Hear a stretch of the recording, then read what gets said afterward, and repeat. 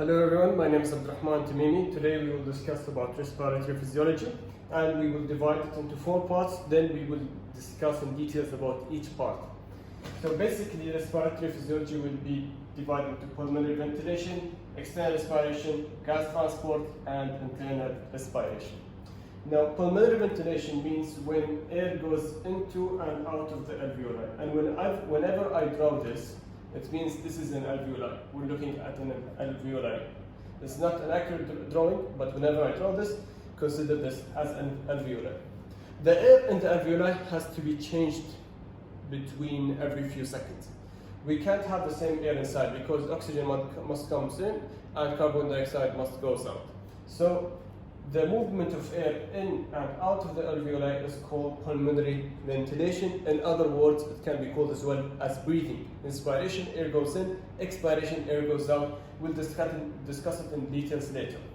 After that, we have the external respiration. So this is an alveoli, and this is pulmonary blood or a capillary over here. Whenever we say pulmonary capillaries, it means the capillaries that are next to the lungs. Whenever we say systemic capillaries, we mean capillaries that are found inside the body next to the cells and tissues or organs, but not the lung. Okay? Capillaries next to the lung, we'll call them pulmonary. Capillaries next to the tissues that are not in the lung, such as the liver or the kidney, we'll call it systemic capillaries. Okay? So external respiration is the movement of oxygen and carbon dioxide between the alveoli and the pulmonary capillaries.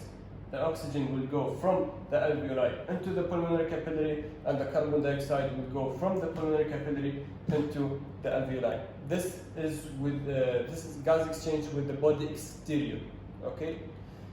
Gas transport is the movement of oxygen and carbon dioxide from and to the alveoli with the body tissues. We're moving the oxygen from here till, for example, this is the kidney or the liver. This is called gas transport. Okay. Internal respiration is the gas exchange between the systemic capillaries and not the pulmonary vessels or the pulmonary capillaries and the body tissues. For example, those are multiple cells. So that's the gas exchange between the systemic capillaries and the tissue cells is called internal respiration. All of those 4 are called respiration. Now we'll talk in details about each one. Let's talk about pulmonary ventilation or lung mechanics. Now this is diagram. You have to know that the black part is the lung, and the red part is the pleura, and the green part is the chest wall, and the blue part is the diaphragm. Okay? And you have to know something, that the lung is tightly adhered to the chest wall. So if the chest wall is going toward those sides, the lung will also expand to those sides as well. Why is that? Because inside the pleura, the pressure is negative. It is always negative. It is never positive unless there is a problem. And whenever I say negative pressure, it means there is a suction effect. يعني يشفط. So the pleura is pulling the lung toward the chest wall and the chest wall towards the lung. So those are tightly adhered. If the chest wall is going toward this side, the lung will also go toward this side because the intrapleural pressure is always negative. Now in pulmonary ventilation or breathing, we have 2 things, inspiration and expiration. Inspiration is an active process. It means we need energy to do it, in which the diaphragm is going to contract. And once the diaphragm contracts, it will go inferiorly. So the superior inferior space of the lung will be increased because the diaphragm went inferiorly, and the external intercostal muscles will also contract, pulling the chest wall or pushing the chest wall outside and laterally. So once the chest wall goes laterally and the superior inferior space increase, the lung will expand as well because it is tightly adhered to the chest wall. Okay? So let's draw the new size of the lung. I lost my pen. Okay, so let's draw the new size of the lung.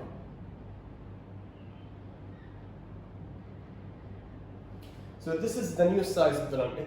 The volume has increased but the pressure is decreased. Okay? The pressure here was 0, and here the pressure is minus 1. And when I mean the pressure is 0, it means the pressure inside the lung is equal to the atmospheric pressure, equal to the pressure outside. So air is not going in or out. But once we increase the size of the lung and the volume of the lung is increasing, but the same amount of air is inside, the pressure becomes minus 1. And as I told you before, any negative pressure is pulling. So once the pressure inside the lung becomes negative, air from the outside world will start going inside. And then the pressure of the lung with the same size will be back to 0 because we have more air inside. Okay? So this is inspiration. We started with 0. And then we started increasing the size of the lung, but with the same amount of air.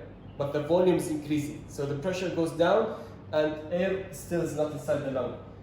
Once it reaches minus 1, air will start going into the lung to equalize with the atmospheric pressure, to have the same amount of air inside and outside.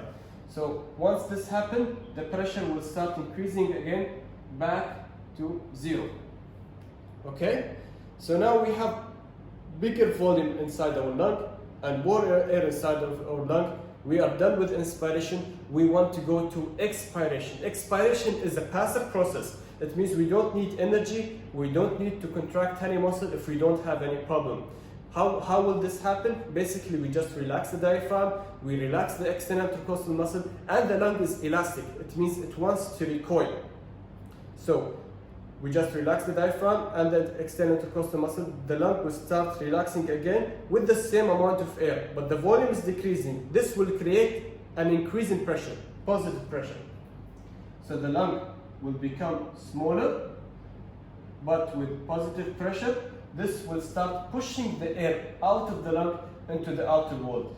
So here we will go to positive 1, and once the air will go outside, it will equalize the pressure back to normal, and we'll be back to 0. So this is inspiration and expiration. Okay? So we talked about the intrapleural pressure. It always has to be negative. If someone was stabbed through the chest wall, now the intrapleural pressure is exposed to the outer world, right? And it is negative, so it will start pulling air inside the intrapleural pressure. And the lung is elastic, am I right? So the lung will collapse because the intrapleural pressure will equalize with the outer air. It will not be any more negative because it will be normal, but it will be 0, same as the outer space, so or the atmospheric pressure.